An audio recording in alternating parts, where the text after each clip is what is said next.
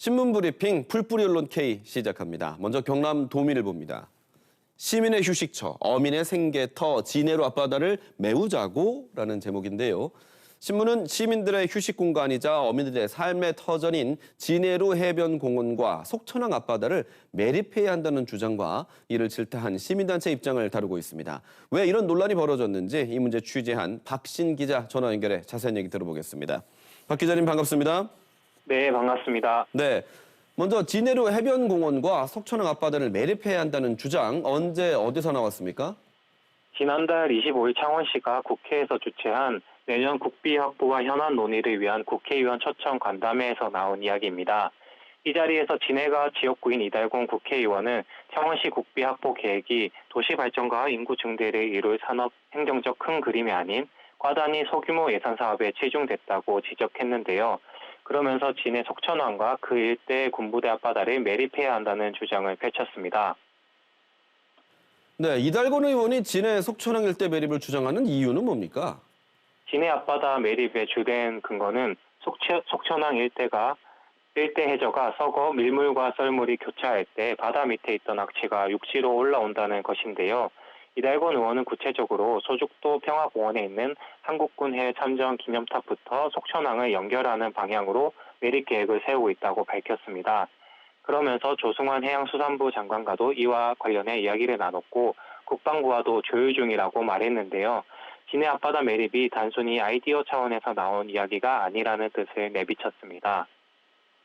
지역 주민들과 시민단체는 그렇게 생각을 안 하는 것 같은데요. 이를 질타했다고요? 네, 그렇습니다. 시민들은 이달곤 의원 주장에 대해 우려를 내비쳤는데요. 한 시민은 마산해양 신도시도 빈터로 남아 활용 방안을 찾지 못하고 있는데 진해 앞바다마저 매립 이야기가 나온다니 어처구니가 없다고 밝히기도 했습니다.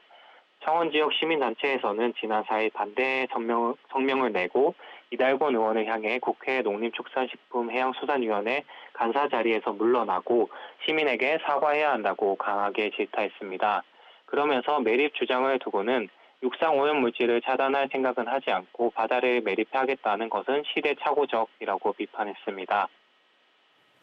그러면 이런 지역사회 여론에 대해서 이달곤 의원 측은 어떤 입장일까요? 이달곤 의원은 진해 앞바다 매립 주장에 대해 아직 구상 단계에 있을 뿐 구체화되지 않았다고 해명했습니다. 한소동 보전관은 매립이라는 게 절차가 까다롭고 복잡한 만큼 쉽사리 추진할 수 있는 것은 아니라며 한 발 물러선 모습을 보였습니다.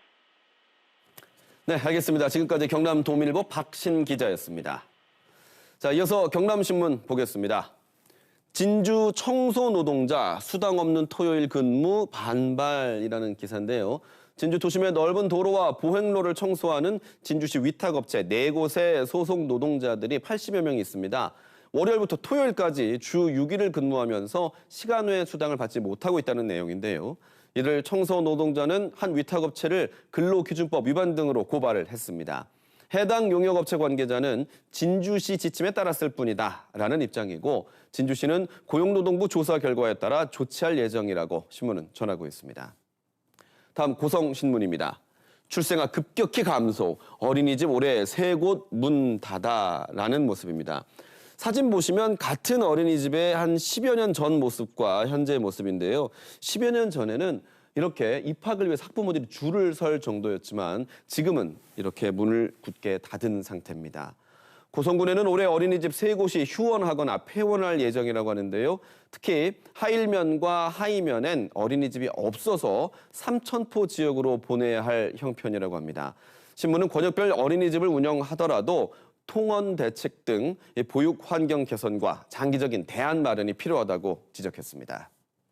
끝으로 한산신문입니다. 혹평 쏟아진 2023 통영문화재 야행이라는 기사입니다.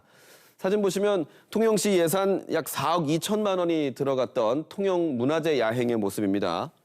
그런데 이 신문은 올해 통영문화재 야행이 통영의 정체성을 찾아볼 수가 없고 행사장의 이원화로 몰입도가 떨어졌다며 혹평을 하고 있습니다. 특히 비예보에도 방수포를 설치하지 않아서 통제형 바닥이 진흙탕이 돼 관광객들의 불편을 겪은 데다 행사의 하이라이트였던 하만 낙화놀이 시연도 기대감을 충족하기에는 역부족이었다면서 축제 현장의 목소리를 담았습니다. 지금까지 신문브리핑 풀뿌리 언론 K였습니다.